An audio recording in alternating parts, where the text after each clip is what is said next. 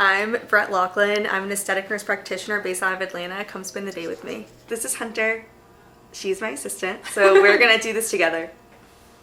Yay! This is what my day's looking like today. I have a Botox appointment, I have a lip filler appointment, another Botox appointment, facial balancing appointment, another facial balancing appointment, another facial balancing appointment, and then one more after that. Instead of drinking coffee in the morning, I switched to drinking bone broth. It has a lot of collagen and a lot of benefits for your skin, so that's what's in here.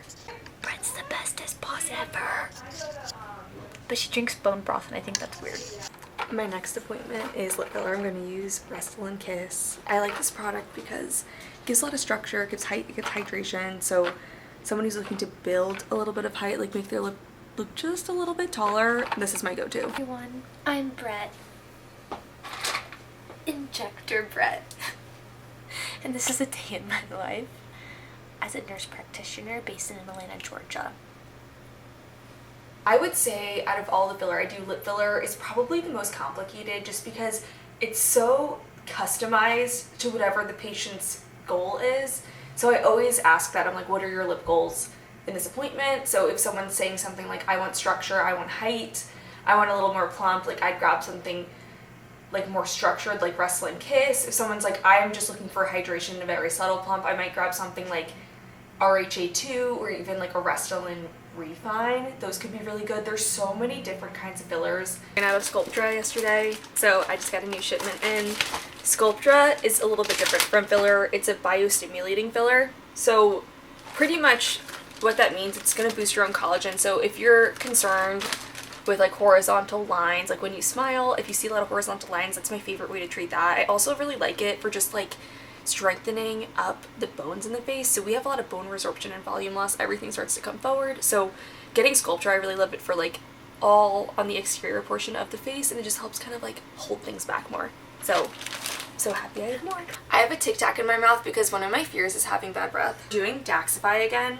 It gives that little glow to the skin, and this patient specifically had Botox last time, so I always love to switch it up. It just helps decrease the chance of resistance. Resistance or any neurotoxin resistance happens when you get the same neurotoxin over and over and over again. So it's similar to like if you take an antibiotic and you take that over and over and over, it's not going to work as well. So same sort of thing happens with neurotoxins. We're doing forehead, between the brows, around the eyes, jawline to help tighten up the look of her lower face, and then her neck. No, I'm not lying. Hobby Lobby's going out of business. Someone told me that. Where the fuck am I gonna get my fabric? I'm just Because Joanne says all the fabric. Dr. Rudderman's here today. Hi, good morning.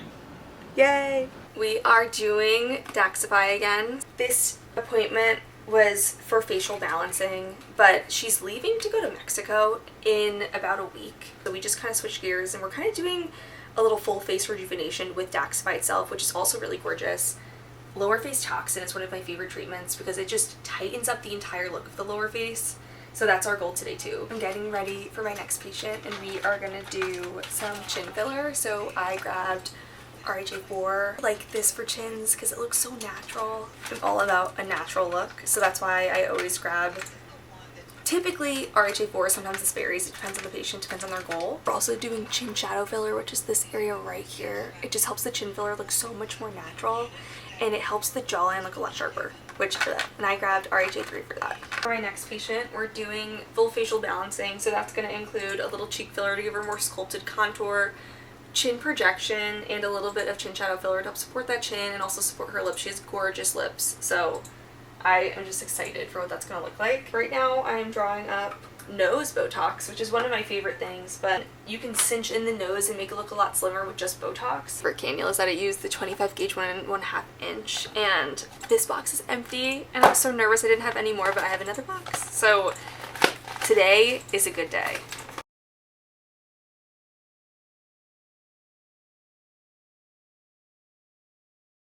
We just finished up a facial balancing appointment to show you guys what a cannula looks like, because it's kind of cool. Well, I think it's cool. It's like this teeny tiny little straw, and it's not a needle, so it's a blunt tip, but you start it with a needle. So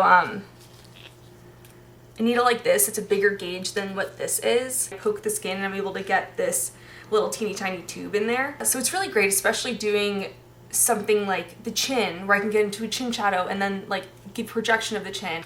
We ended up using RHA4 and RHA3. I did this one in the chin shadow, and then I did RHA4 in cheeks and in the chin for projections. The RHA4 is a little like thicker. Like you can see how that is thicker.